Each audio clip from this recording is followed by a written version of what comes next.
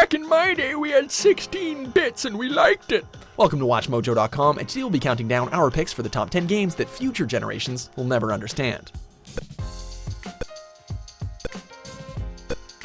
Before we begin, we publish new videos every day, so be sure to subscribe for more great content. For this list, we're looking at games released in the past that people in the future just won't get, either because of dated gameplay mechanics, severely aged graphics, or simplistic premise. Probably a mix of all of them though. Number 10, Zork series. Nowadays, if you want an epic fantasy adventure, you'd turn to something like Skyrim or the most recent Legend of Zelda title. How about back in the early days of gaming, before all these here fancy schmancy Xbox and PlayStation gizmos? Well, the Zork series was probably the best option. This text-based adventure game would have the player type in commands for what they wanted their character to do, with several possible outcomes pre-programmed into the game. It may not look like much today, or like anything today, but this decision-making style of gameplay's influence can be felt in more sophisticated, modern forms, such as Telltale's various game series. Number 9, Resident Evil. Joseph! Resident Evil 7 brought the series back into top form, so hopefully things will continue that way. But can you imagine what it's going to be like for future gamers that play Resident Evil 8, 9, and beyond and think, hey, I wonder what the earlier games in this series were like? Needless to say, the answer might shock them. The original games feature infamous tank-like controls, very dated visuals, and, oh baby, that voice acting. Jill, here's a lockpick.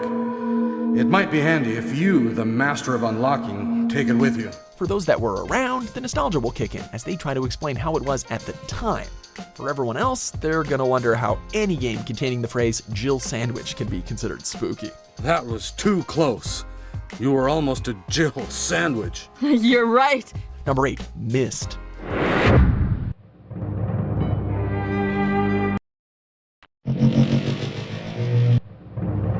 At the time, Myst was the next step up from Zork in terms of adventure games. Instead of simply reading text, players could now move through environments by clicking around to see what could be found. Note that we specifically said clicking around, which literally means that to play you need to carefully analyze the screen and click with your mouse to be brought to a different screen, and so on and so forth. It's literally just a bunch of still images that you need to look at to find clues and move forward. This, unfortunately, might be a bit too tedious for future gamers to fully embrace.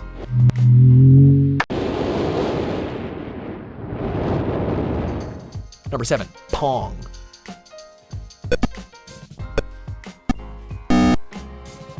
Without these simple sound effects and basic graphics, gaming might not even be here today, as this is one of the granddaddies of the entire medium.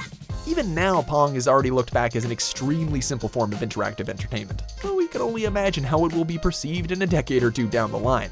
While Pong will always be appreciated for what it was and what it did to gaming, there's no doubt that it'll probably fail to impress compared to the advancements being made in graphics and virtual reality. It's okay, Pong, you had your time to shine. We'll never forget you. Number 6, The Legend of Zelda: Ocarina of Time.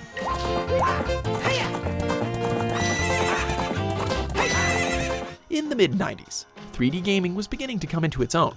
After Mario paved the way for what this new dimension could bring to the medium, Zelda completely blew everyone's minds with Ocarina of Time, the biggest action-adventure game ever released on a home console up until that point. The graphics were astonishing, the music was masterful, and the quest itself was absolute magic. That was in 1998, however, and as time goes on, especially compared to any adventure game released since, its brilliance may have slightly faded in the public eye. It may still be considered a good game by fresh eyes in the future, but even today people have a tough time figuring out what the big deal is.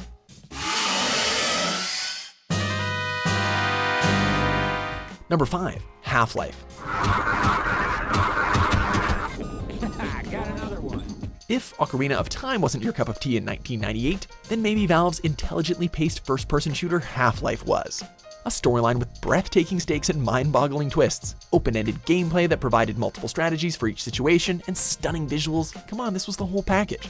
Unfortunately, years later, with a few Call of Duties here and a couple of Battlefields there, and the expectations for a competent shooter have all but changed. The genre calls for non-stop set pieces and rewarding multiplayer modes, as opposed to expansive levels and tactical combat. Not that there's anything wrong with that, but like with Ocarina of Time, even modern audiences have a tough time figuring out why HalfLife is considered one of the best of all time. All right. Number 4, Tetris.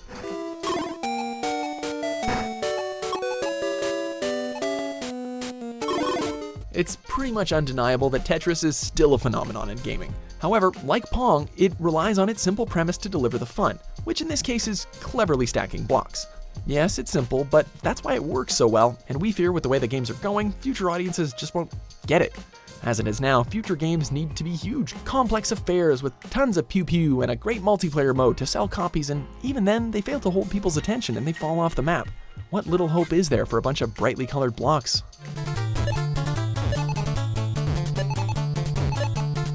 Number 3, Star Fox.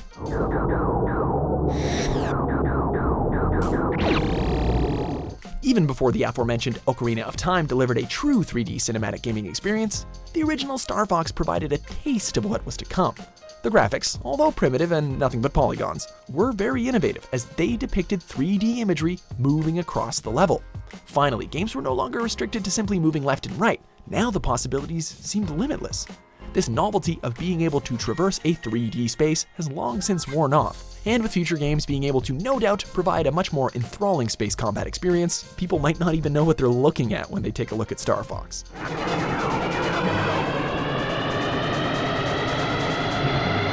Number 2, Final Fantasy VII.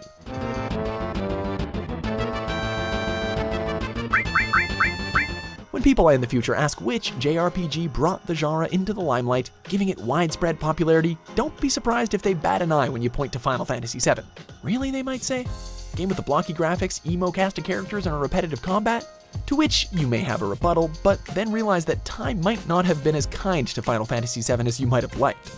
It certainly has its place in history, but compared to what came after, there were definite improvements, which may cause future gamers to wonder why they should even bother.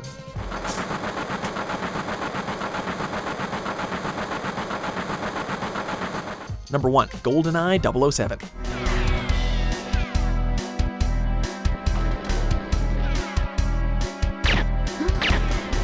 As previously stated, shooters like Call of Duty and Battlefield are the big dogs in the gaming world nowadays.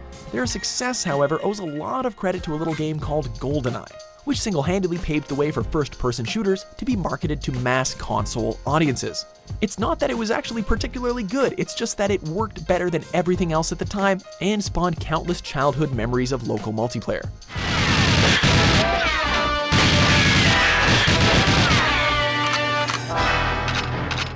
It may look and feel a tad underwhelming today, and it definitely hasn't aged well. But anytime someone asks you where shooters on console became popular, you gotta tell them that the game is Bond. Game Bond.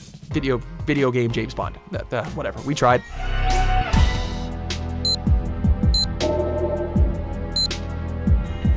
Do you agree with our picks? Check out these other great clips from WatchMojo and subscribe for new videos every day.